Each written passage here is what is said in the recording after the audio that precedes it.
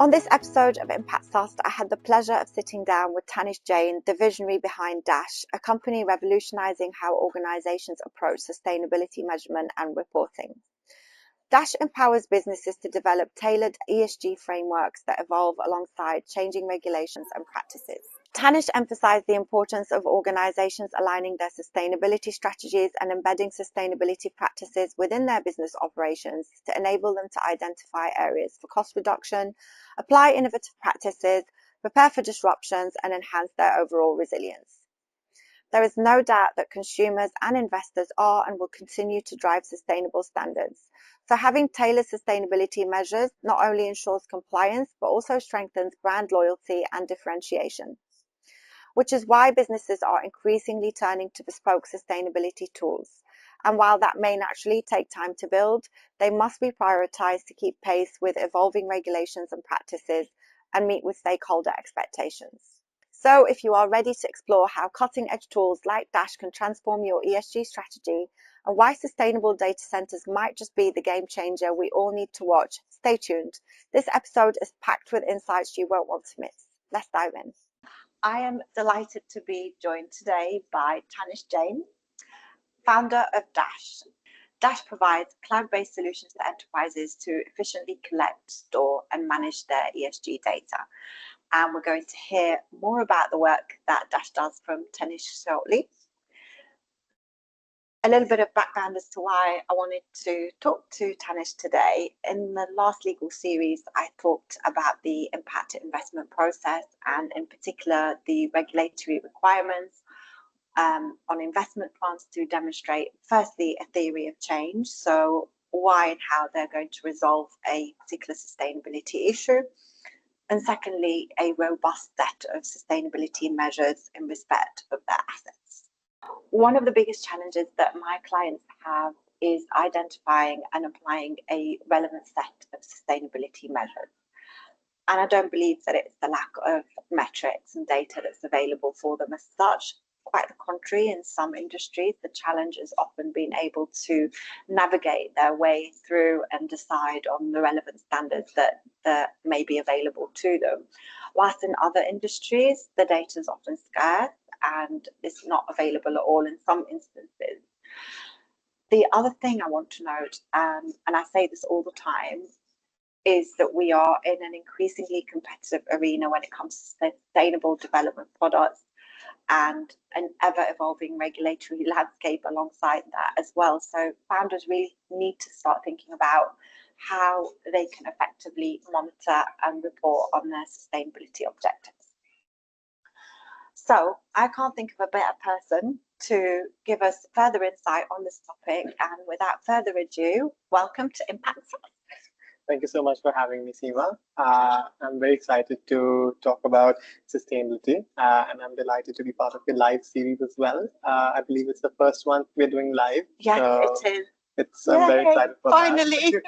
that. I'm founder of Dash, as you introduced me, and we're here to talk about how data and sustainability really go hand in hand in today's world and help us navigate through all the regulatory challenges and the data demands that we all face. So excited for this chat. Absolutely. So before we start talking about Dash and its product offerings, tell me a little bit about what's inspired and motivated you to set up Dash. Did you have a background in sustainability?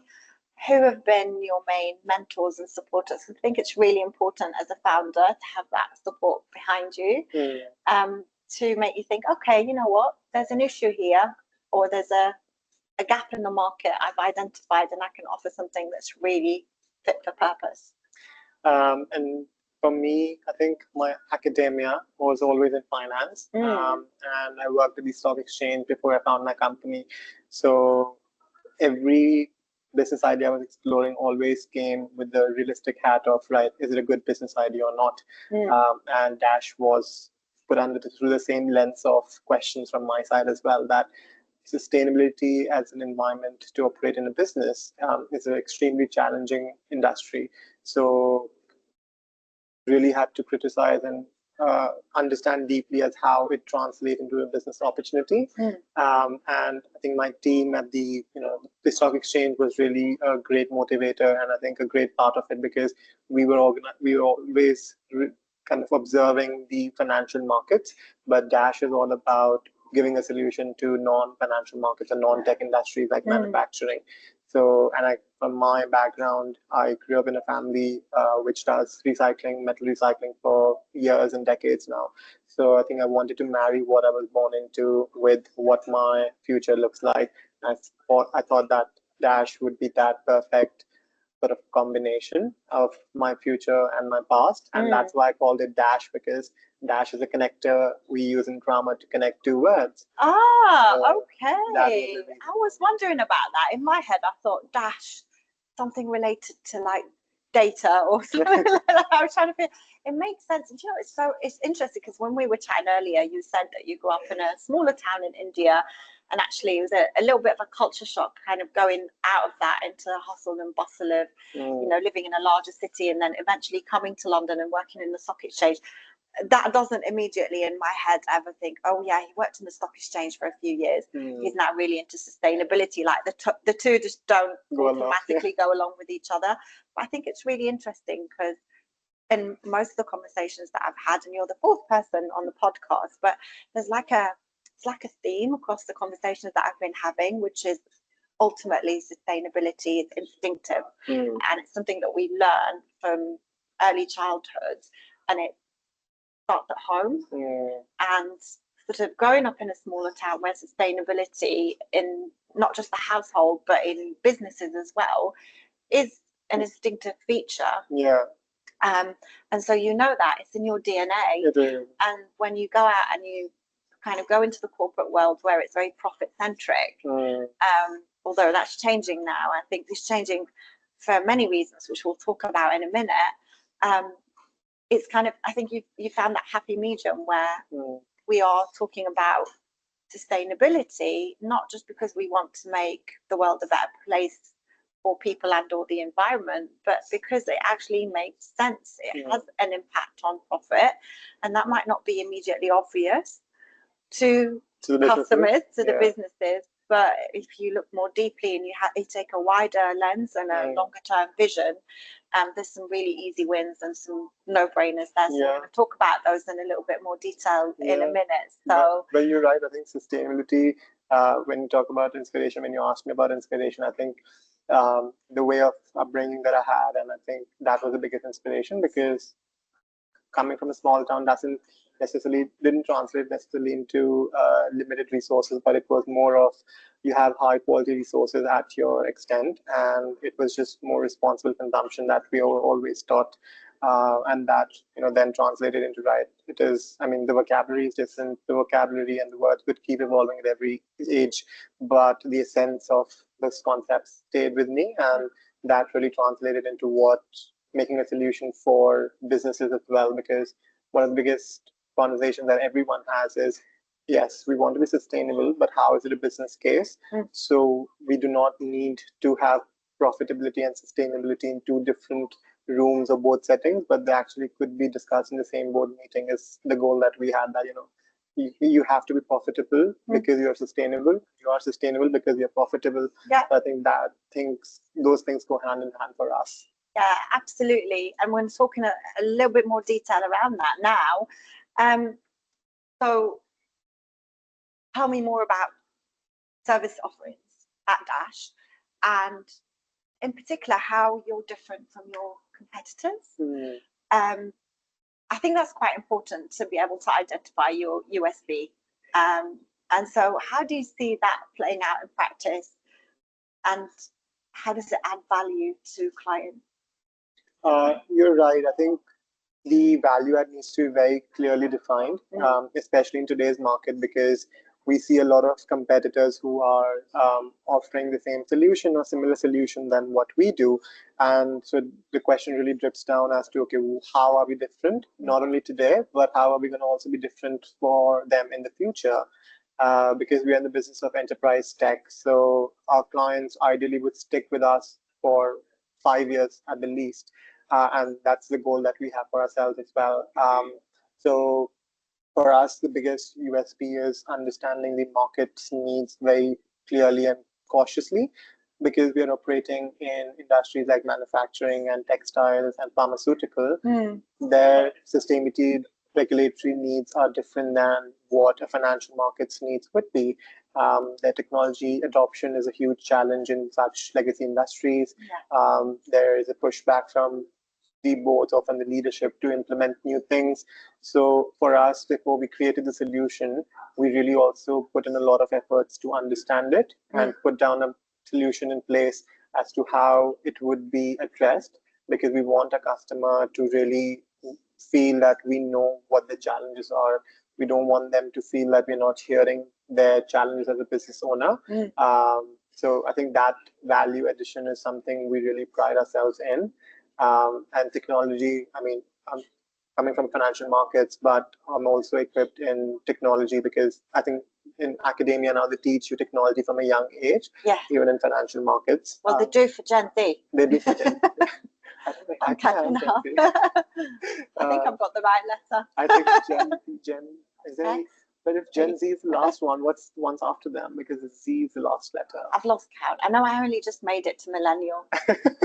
we learn along the way. But I think that is one of the biggest value add.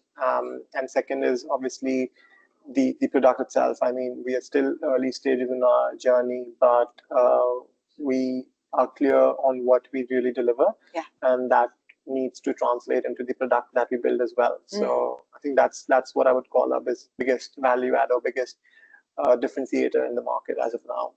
And I think it's really crucial, actually, because what I do see a lot out there is management consultants who can go in and help set the strategy, identify the sustainability objectives, and sometimes not, translate those into profit or cost efficiencies. And on the other side of the spectrum, I see a lot of data center metric providers, but the bit in the middle is how to marry the two. And I think they go hand in hand. And I think if you view those in isolation, respectfully, I don't think it's the most effective way to operate your sustainability function within the business. And the other thing is that there's often not the resources in-house to meet with the full cycle of the full needs, i.e.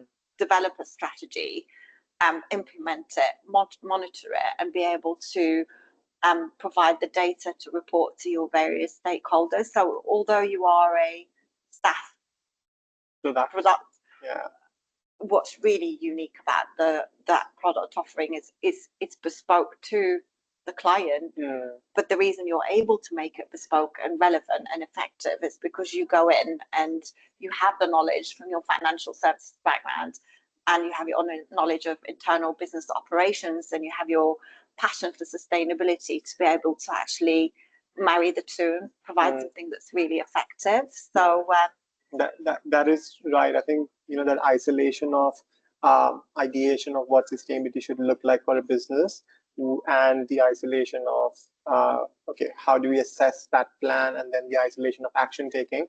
I think those three things right now exist in isolation for any business. And when you talk about non-tech industries, they really don't have that capacity to have those three steps in isolation, because the amount of resources it needs in terms of not only money but also amount of hours they need to put in, it just doesn't match their requirements and what they are ready to put into it. I think that lifting those barriers between those three different action items, the three different steps of the process, really brings the customers into that, right? We don't have to pay for consulting separately. We don't have to pay for a company to do the calculations and reporting separately, and then a company separately to tell us what actions we need to take on that data. Then combining all of that in one place is really, it's been very effective and very efficiently done when you talk about manufacturers especially. Yeah, absolutely. And that's where the value add comes in. So talk us through that kind of customer journey. I come to you, I'm a sole woman band in an organization, ESG lawyer or the sustainability expert or the risk manager. What do they expect from you in terms of their impact reporting requirements?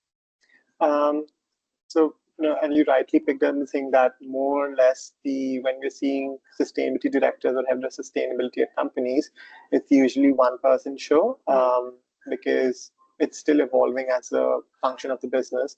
It's still evolving, and that's why companies they want to do it, but they're doing it cautiously because they want to do it in a structured way. So when you come to us, what you really expect is giving you the clarity of what you are doing is the right thing to do. So clarity and sort of validation of the action items is really important. And well, they don't necessarily expect that from us, but we deliver that as a byproduct of what we give to them. What most of the people that they come to us is just do what we are supposed to do, and just help us do what we're supposed to do. We don't know what we really have to do, but there's a sort of an ambiguous idea of we have to create certain reports for regulators, we have to create certain reports for our customers, because we as a company not only deal with sustainability regulations which are coming from regulators, but also or majorly towards what are the requirements coming from your customers. So then it becomes a revenue critical activity rather than just a tick box exercise. Right. Because now suddenly your revenues are at stake, which means any leadership person would be looking at, we need to get this done. So I think that's the urgency that they come in to us and help us, and kind of that's the expectation we set ourselves with.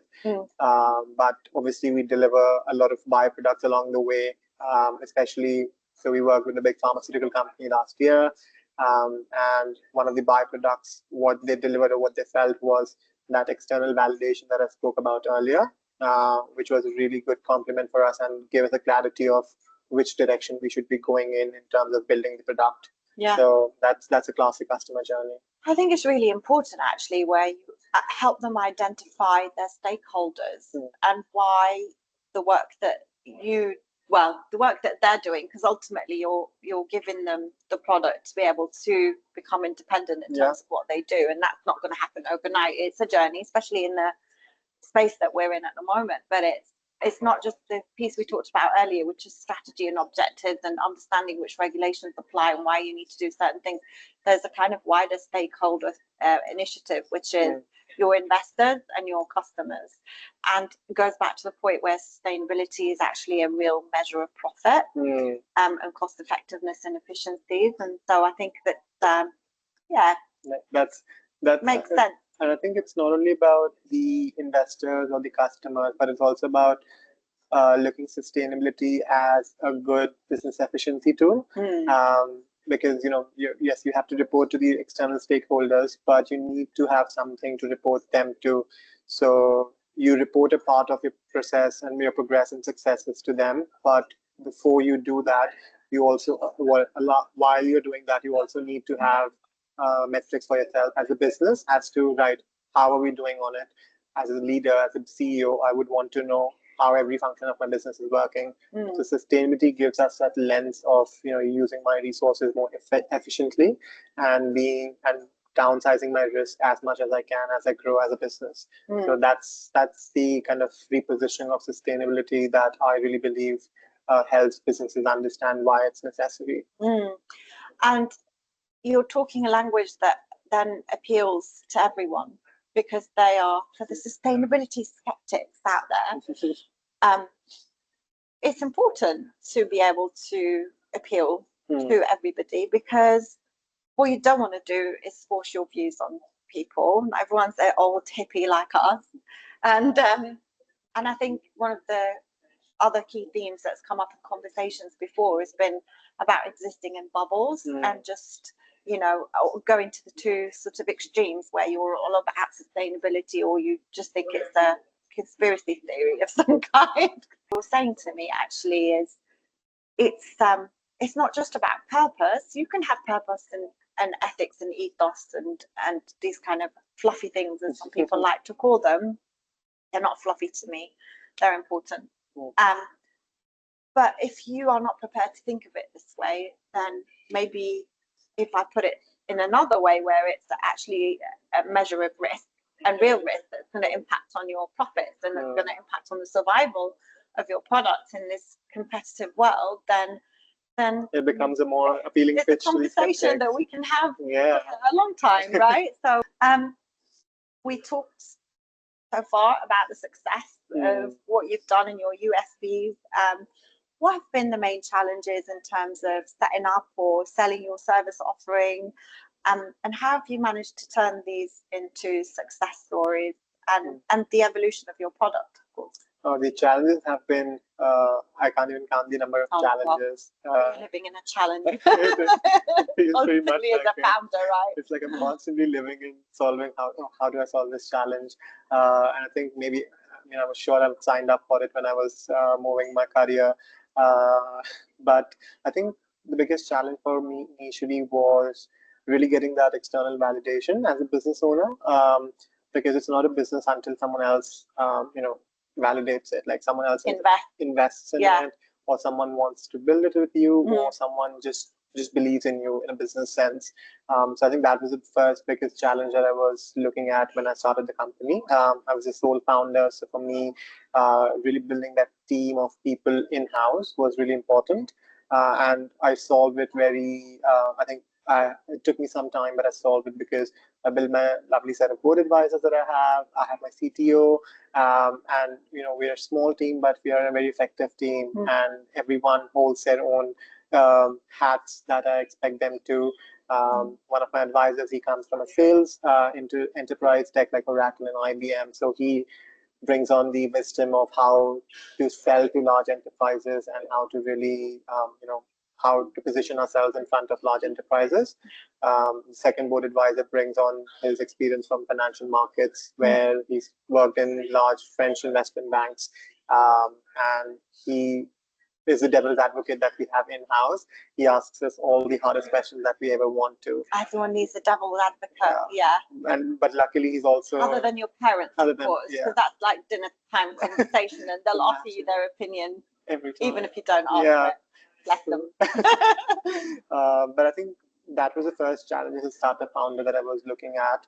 And when we talk about selling to customers, I think the biggest challenge that was expected as well was really making the business case of how this is, why this should be paid for, and not only why this should be paid for, but why should be this paid for today itself, and why now, why, and what's the outcome of it. So I think that answering those three questions is very integral when we're dealing with customers. We still are evolving in our answers to that, but we're ready for that challenge because we know in ourselves that we have an answer to that.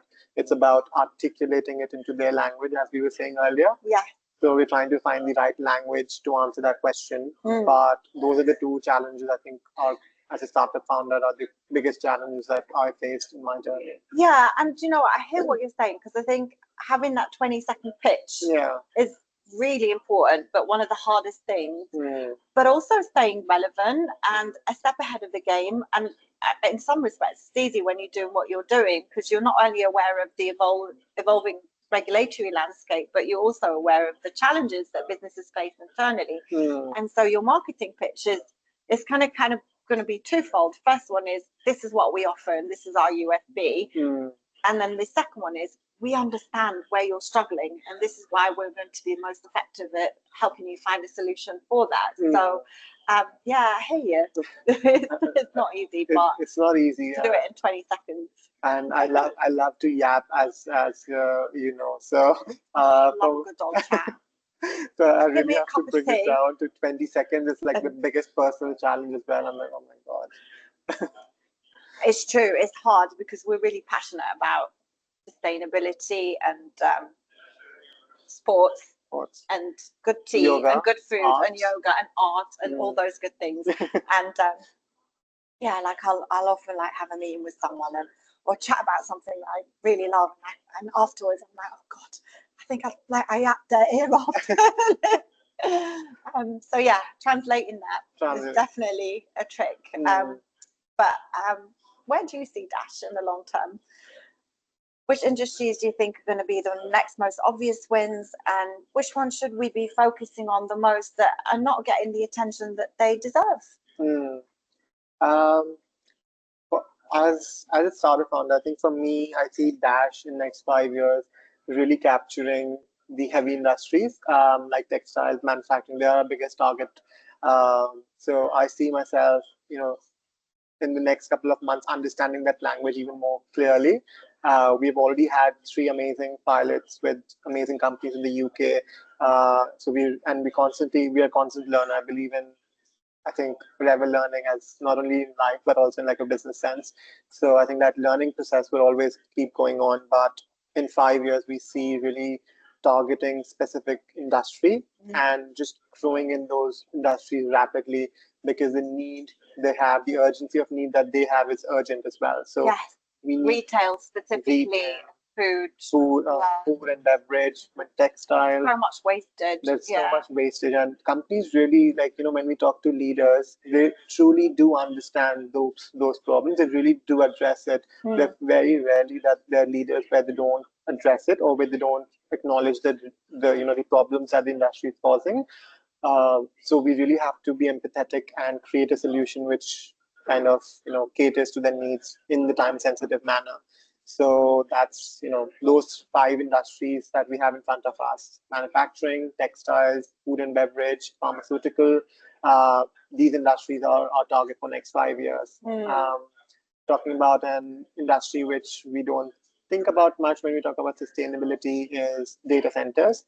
I'm really invested in data centers because they're helping us deliver the technology of AI today. Okay. So we're not one that would be immediately obvious to me. Exactly. Yeah. So that's why last year, actually, I got into this whole kick of understanding the industry very closely last year, because there's one side of the AI where we talk about, it really helps us drive change. But the underlying resources that it takes to drive that actual change is what we need to ask ourselves from a very get-go, that, okay, is it being grown in a sustainable way or not? Data centers as a business consume a lot of resources.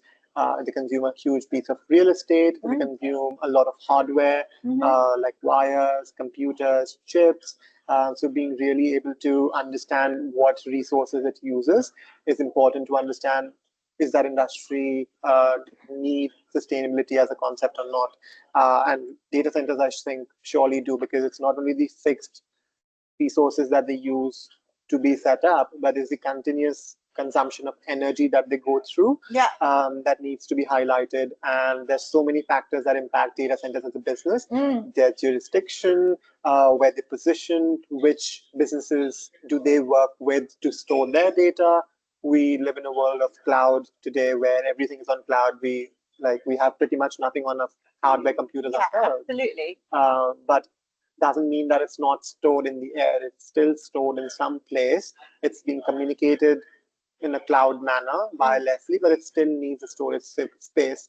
So just when you think about it that way, you really ask yourself that, yeah, you are right. Like, it does require a lot of resources, clearly, to being able to keep up with it.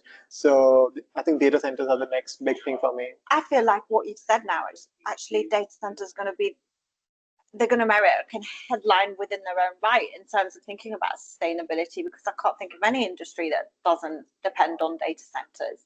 And yes, I'm aware of them because I've had clients approach me saying, I want to raise capital for a fund that's going to invest in data centers. And yes, of course, we're going to think about the real estate and the jurisdictions in terms of, what's most appropriate for them.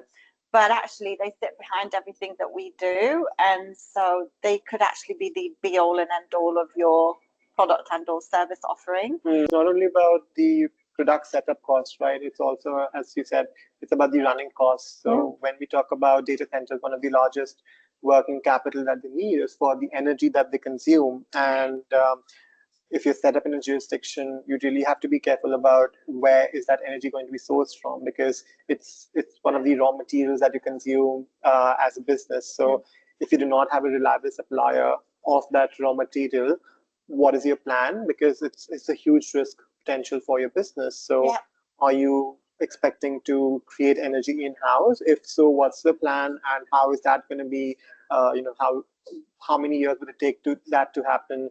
If you're relying on outhouse energy, like from the government, from the private energy suppliers, how reliable are those suppliers? Because one of the reasons why a lot of economies also focus on renewable sources of energy is not only from a moral perspective that it really extends the life or the quality of life that we live.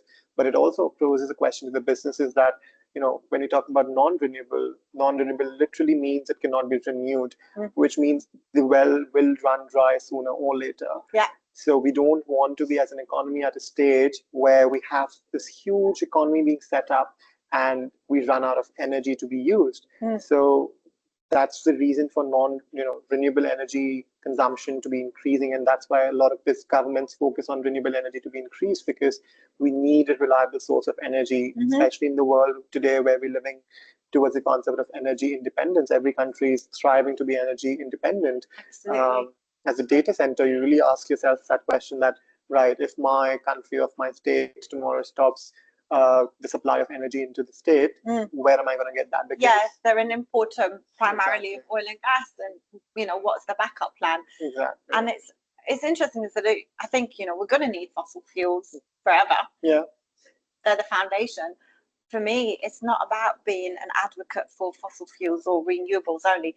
Yes, renewables, cleaner air, healthier environment, but if we rely on fossil fuels, then how are we going to use those most efficiently and effectively in order to generate a green energy world to live in? Yeah. And that goes back to being able to have open conversations and respectful debates with people on counter sides of it, and find that happy medium. And what I'm hearing is sustainability. You can't separate it from your business ideas and your objectives and your profit. If you do that, you're not going to survive in the long term. Yeah. And we can call it whatever you want to call it. You can call it ABC, whatever. It is going to be integral to your business, and we're going to see businesses investing more and more in it. That analogy that I draw of common standards as a starting point, plus autonomy to create your own, because I think that's where you can really validate your profit with purpose. Exactly. I think that in-house, you're right. I think that's how businesses should see sustainability regulations. And that's how the regulation should be sort of formed. That you have a starting point. It's not the end point, rather it's the starting point.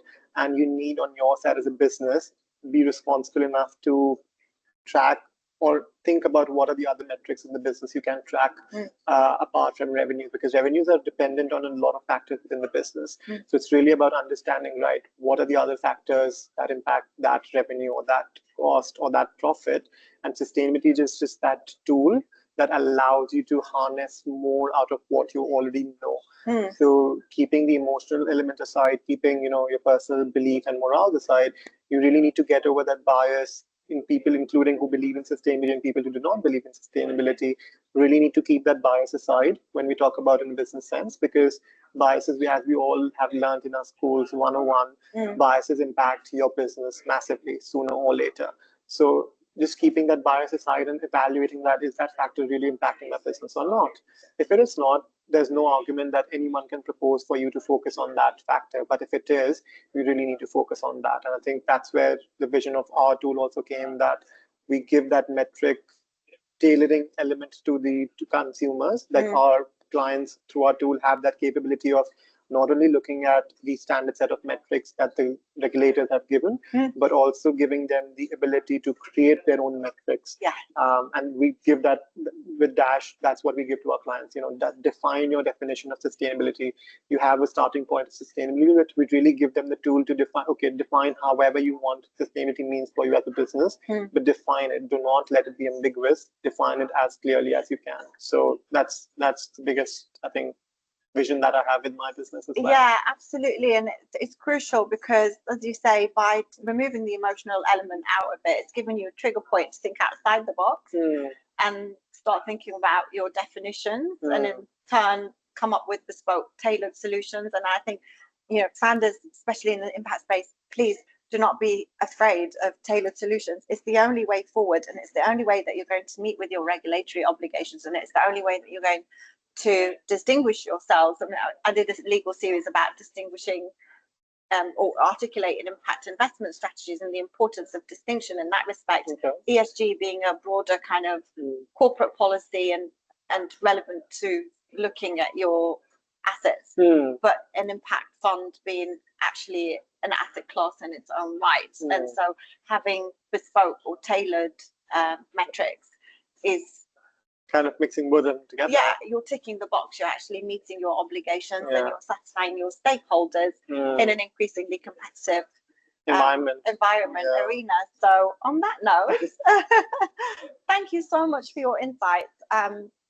It's been really useful. We could talk about it for ages. I think we're going to probably talk about vegan food and how amazing the food scene is in London now. I love it. I love the vegan food in London.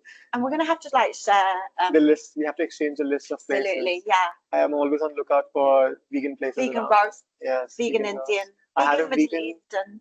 Actually, vegan Middle Eastern. I have a couple of good recommendations, and vegan Italian actually. You have to recommend other than my own kitchen. I'll share my list. Because with Levantine food, it is so heavily vegetarian based. Other than when you get invited to someone's house, but there's it is mostly vegetarian. So we'll have to talk about more food and sustainable food consumption habits another time. But thank you for everyone who has watched this. Please comment, share, and get in touch with Tanishq at Dash if you are looking for bespoke sustainability solutions. Thank you so much for having me. And thank you for supporting me. Always.